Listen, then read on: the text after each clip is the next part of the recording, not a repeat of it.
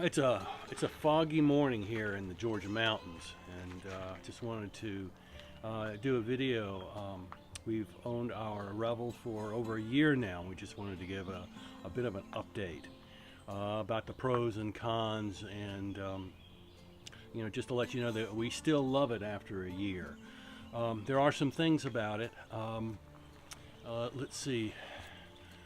I'm always, in driving it, I've been very impressed with going over the mountains, how there was plenty of power, and also going down the mountain, how we seem to brake about half as much as people around us. So I was really pleased with that. I was really pleased with the four-wheel drive, how easy it was to shift into different gears. We did about 30 miles on the White Rim Trail. We did about 30 miles on the White Rim Trail, and the lowest gear is a top speed of about 5 miles an hour, and there's just more torque than you could possibly need. So we were really, really pleased with that.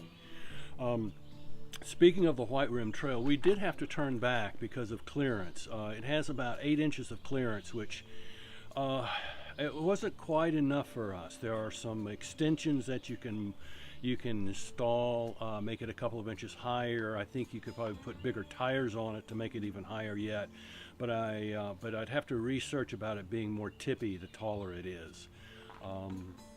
But that's something that we would that I'm going to be looking into, especially if we do any more four-wheeling on trails like the White Rim Trail, which is a moderate a four-wheel drive trail. Let's see. One of the things that happened after about 3 months, the zipper on our insect screen broke, which was annoying that it happened so fast.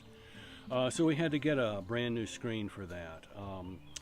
The other thing that ends up happening is that it's when it's raining, the Revel gets to be smaller and smaller, and after a couple of days, it's almost can be depressing. We have 2 little dogs. And Bradley's one of them, and with even when it's raining, you have to go out. You have to walk the dogs. They're wet towels.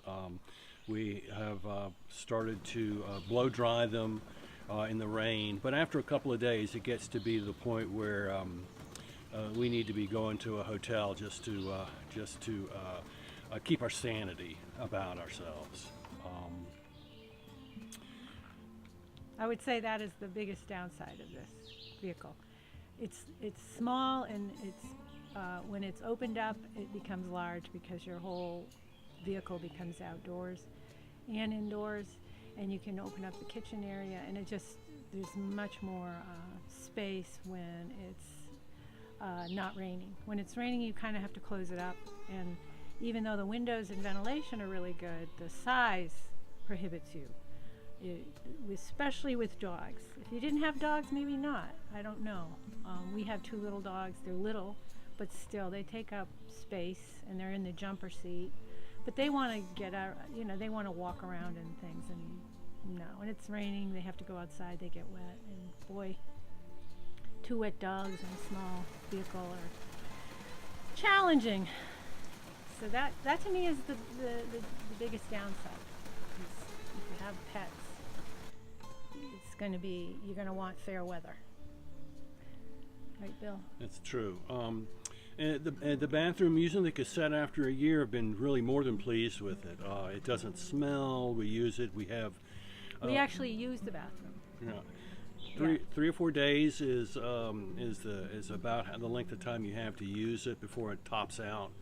But the nice thing about it is you can use it. You can go to the bathroom and just dump it in the bathroom. So I've been really, really pleased with that system. It's worked out really, really well. I've taken showers. The shower is really small, but you can situate the toilet seat that you can actually shut the shower door, put a shower curtain in there. It's a quick shower, but the water is very warm. That's the impressive thing about this. It has a really great water heater ability, and when it gets cold, the van heats up very quickly, and we've never had any issues with that. No, in Colorado, it was 25 degrees, and we had the heater going, and it was just no problem at all. I actually took a hot shower. That was nice. Yeah. And there's a hose that you can hook up in the back with hot water as well, which we sometimes use on the dogs when they get dirty outside. So that works out really well. So very pleased with that, because that's one of the things I wanted, to be able to use the bathroom, not just get a bathroom and kind of say, oh, I don't really want to use the bathroom. I want to be able to use it, and especially when you're off-road, and it's nicer than going in the woods. Which you wouldn't do anyway. I probably wouldn't go. No, she wouldn't even bother going if that's a possibility. So you're not really a camper, but you continue to use this and enjoy the Revel. So that's a real plus to me of the Revel itself. The Revel drives well. I'm really pleased with it. But it drives like a truck more than a luxury vehicle. You think you pay money, it's going to have a really smooth drive. It is not a smooth driving vehicle. It's like a Sprinter van, and there's a lot of movement in it. It is comfortable. The seats are comfortable. You have to kind of learn how to put foam and towels in the utilities, like where the knives and forks are and where you keep your pots and pans, so that it muffles and keeps them from moving around. We learned the hard way. You just don't want to go through a whole trip with bang, bang, clang, clang every time you turn a corner, every time you go over a bump. And we've been able to do that, and it does improve it significantly. It makes it a more enjoyable, quieter ride.